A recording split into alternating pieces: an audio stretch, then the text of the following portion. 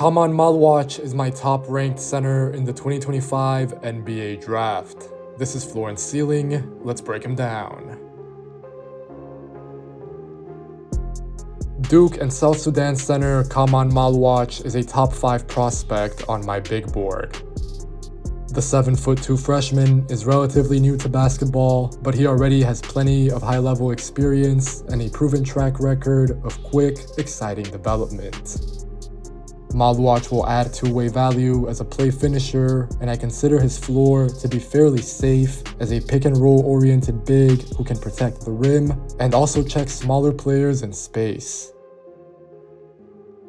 In a higher-end outcome, the hope is that Maluach can expand on some of the on-ball flashes that we'll get into later in this video.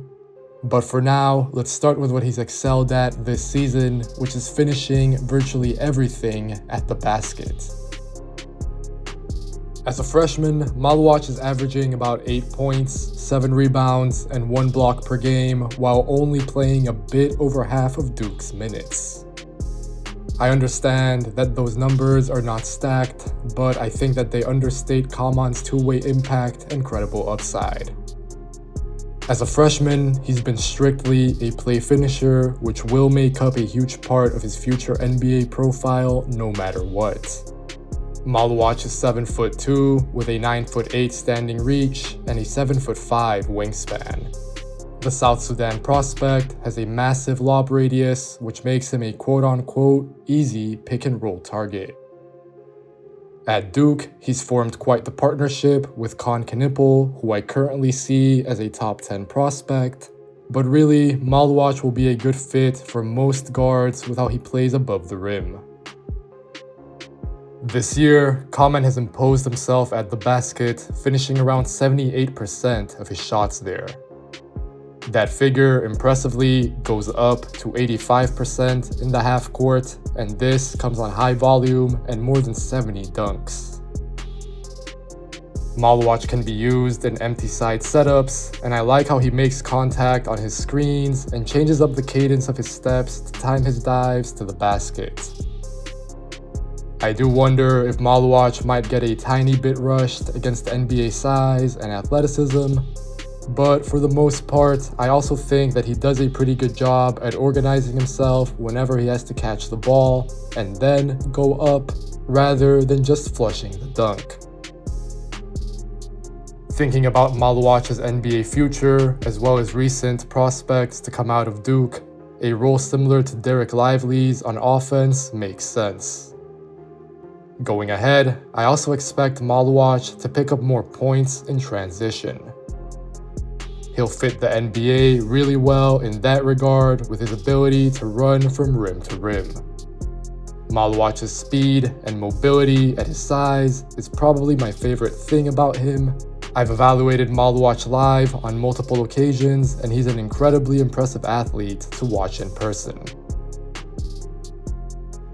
Maluach's athleticism, namely his first and second jumps, as well as his size and length, also shows up on the glass.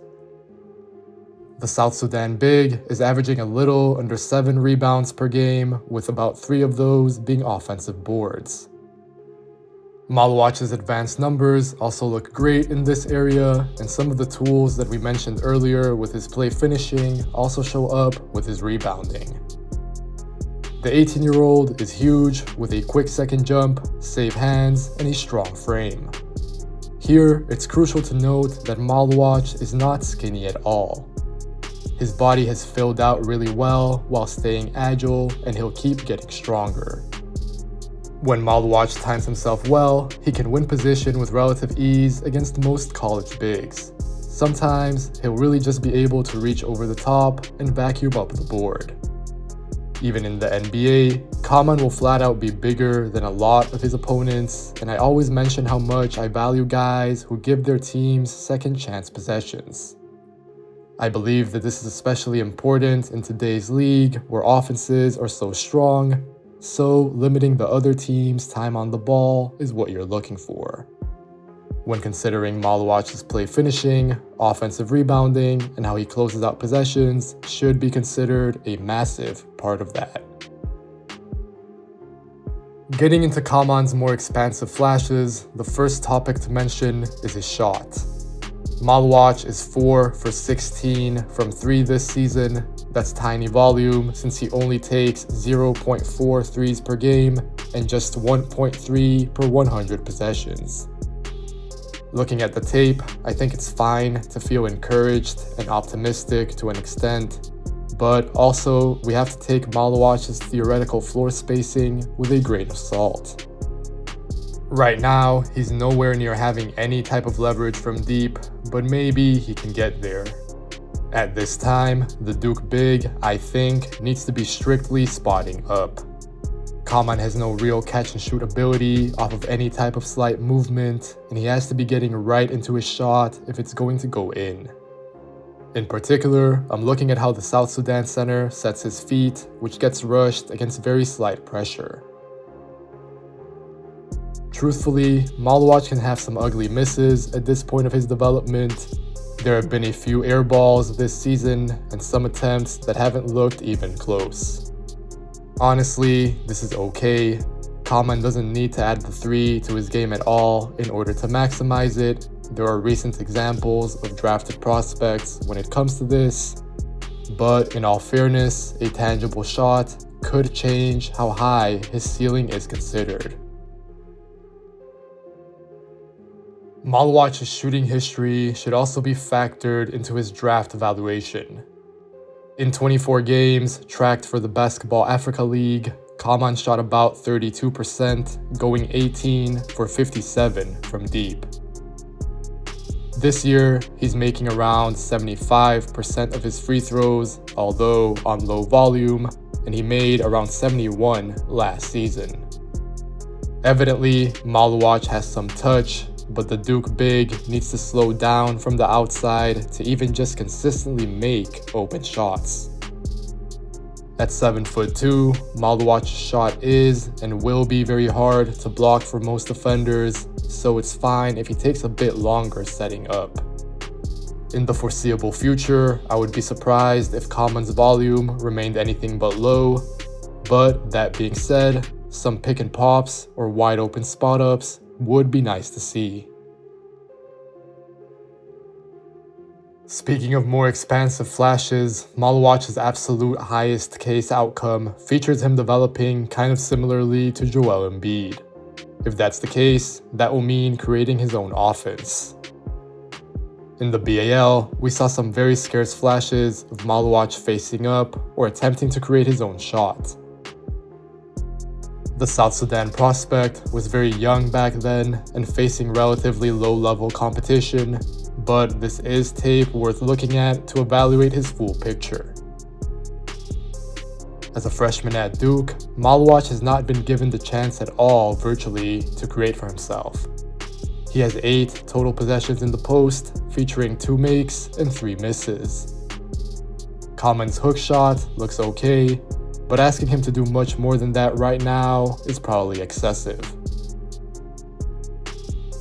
Then, I'm also wondering if there's something more to the Duke center's handle. Again, the tape on this, especially at the college level, is so limited that we can't overthink it, but we at least have to think about it if that makes sense. In the BAL, and even when I saw Maluach with the NBA Academy, he could handle in very small spurts. That probably happened more when he had a runway in the open court, and I think that there's no way this happens in the short term in the NBA. For instance, Khaman linked up in transition a few times with Ulrich Shumshe, now on the Toronto Raptors, when they both played together.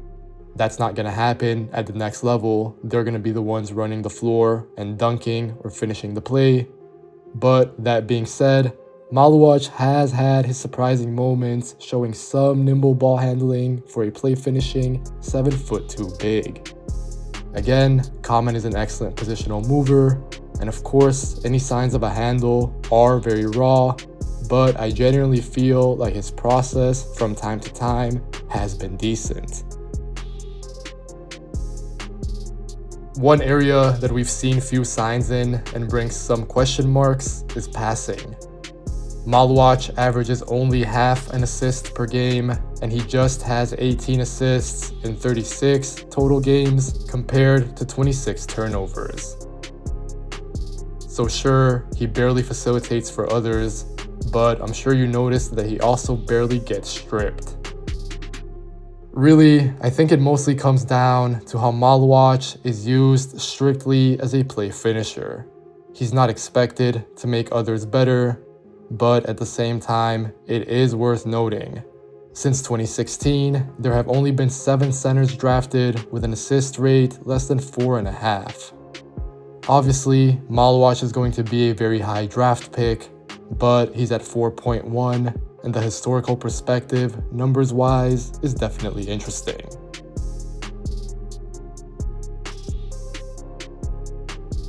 Khaman Maluach is an awesome defensive prospect whose impact is again understated by his numbers. This season, Maluach is averaging 1.2 blocks and 0.2 steals per game. Understandably, that might seem low for a defensive-minded big, but a lot of the time, Khaman is getting the stop without getting the stats.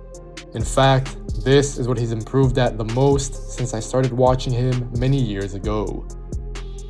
There was a time when Maluach used to jump at nearly everything, largely because he is such a good shot blocker and athlete overall, but now he's much more under control.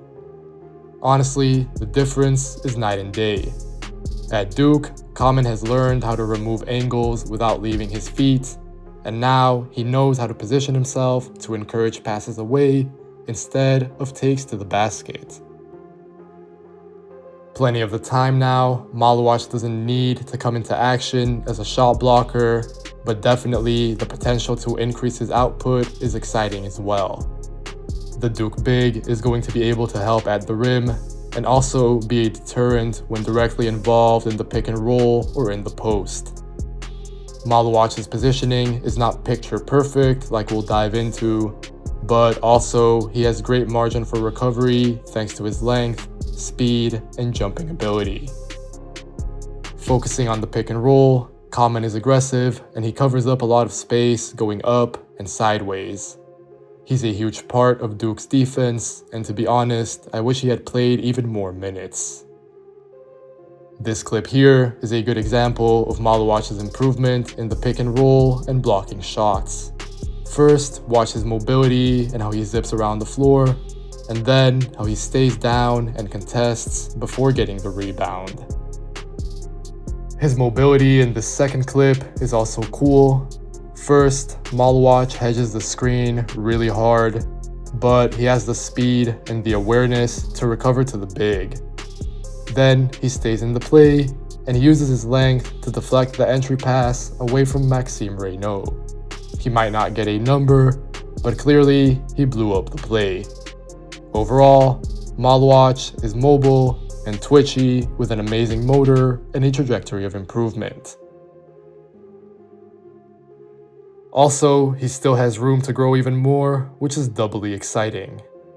Right now, I'd say Maluach's positioning and angles when defending ball screens is his greatest point of improvement. I actually feel like he's gotten better over the course of the season, but Maluach can still close off his own angles. It's very subtle things, but there are times when Maluach can sort of turn his body towards the ball handler a little too far, and in turn, remove himself from contesting the big. When this happens, Maluach can't get to the possible pocket pass, and also he's too far away to then challenge the original screener at the basket. Maluach looks fantastic when it comes to guarding in space. Duke likes to switch everything, and the South Sudan prospect is a big part of that. The Blue Devils game against UNC in February was a great example of what Maluach can do in terms of switchability and his capacity to make multiple efforts in space. All game long, Duke was very comfortable switching Maluach onto RJ Davis, Elliot Cadeau, or Ian Jackson.